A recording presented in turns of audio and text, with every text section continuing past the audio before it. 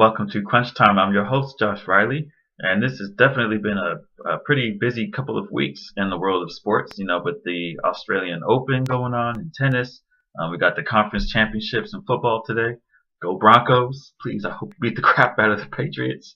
And then, of course, we got the NBA. And I want to talk about today one of the bigger, more surprising stories in sports that happened in the NBA. And that is the head coach of the Cavaliers, David Blatt, got fired earlier this week. Completely out of the blue. No warning or signs whatsoever. And the strangest part about it is, they have not been playing bad. There's no reason really for him to be fired. So far this season, at the time of his firing, they were 30-11, which is the best record in the Eastern Conference, and also a better record than at the same point last season. And this is only his second year as coach, and last year, in his first year, they made it to the finals.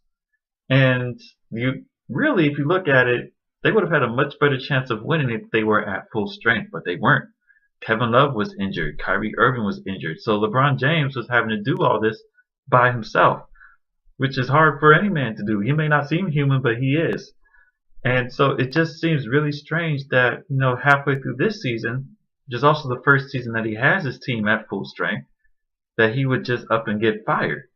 And if you ask a lot of people, or, depending on what you're reading, a lot of people say that there was a lot of discord in the locker room, a lot of mistrust or, lack of respect between the players and David Blatt. But there has been many great teams and players that have had issues or butted heads with the head coaches and their star players and whatnot. And they found a way to get through it and keep winning. It looks like they did last year. I mean, what's to say that they couldn't fix their differences this year and keep the ball rolling? But it was like the front office just made this knee-jerk reaction. I don't know if it's because they didn't want to make LeBron mad or what, but to just fire Coach Blatt just doesn't make any sense. I mean, we can't all be handed the keys to a brand spanking new Ferrari like Steve Kerr did when he inherited the Warriors. I mean, yes, David Blatt does have a huge big three, but yeah, so he kind of got handed the keys to a Lamborghini, but his Lamborghini broke down. And so he needs another chance to really figure out how it works, how to drive it. And I feel like he wasn't really given that opportunity, even despite the fact that he still was showing continued success with the guys that he's having. And, I kind of look at the front office on this too. Maybe there were other avenues to explore as far as maybe trading away different players, or maybe trying different kind of schemes or whatnot. And they just decided to just chop off the head and fire the coach. I mean, Tyrone Lue replacing him, I'm happy for him, but it just doesn't feel right that David Blatt got to act like that. And there's a lot of coaches around the league that shared that sentiment and made their opinions known. So it's definitely sad to see, and I do wish him continued success in that regard. And I'm sure another team will pick him up right away, because he definitely didn't deserve to go out like that. No coach does. I mean, if there were any coaches that deserved or were expected or wouldn't be surprising to be fired this year, I can think of two. One, Byron Scott on the Lakers. Yes, I'm a diehard Lakers fan, but I know what I see. If we're looking based on numbers and success rate, yeah, Byron Scott should be on the chopping block. And then you got the worst team in the league, and the Philadelphia 76ers. Their coach, Brett Brown, should be fired too. But you know what? He signed a contract extension.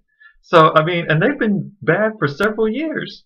But their front office and everyone is still believing in him and hoping he can turn things around.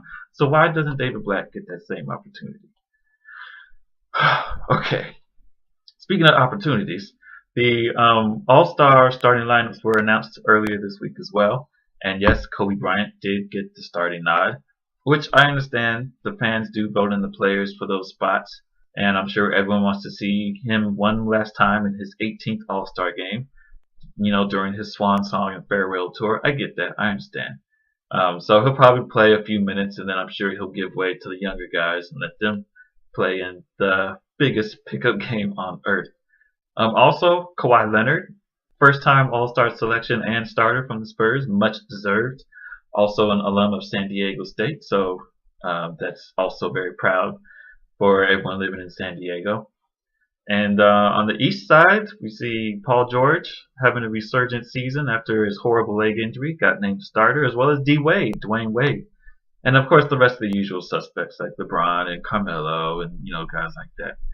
So I'm definitely looking forward to this All-Star game. It's going to be interesting to see which reserves get selected, as that selection process is done by the coaches in the league.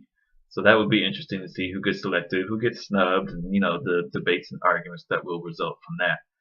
So I'm definitely looking forward to it. It's going to be in Toronto. Drake is going to be all over that place. That probably didn't see too much Drake, but it's his city.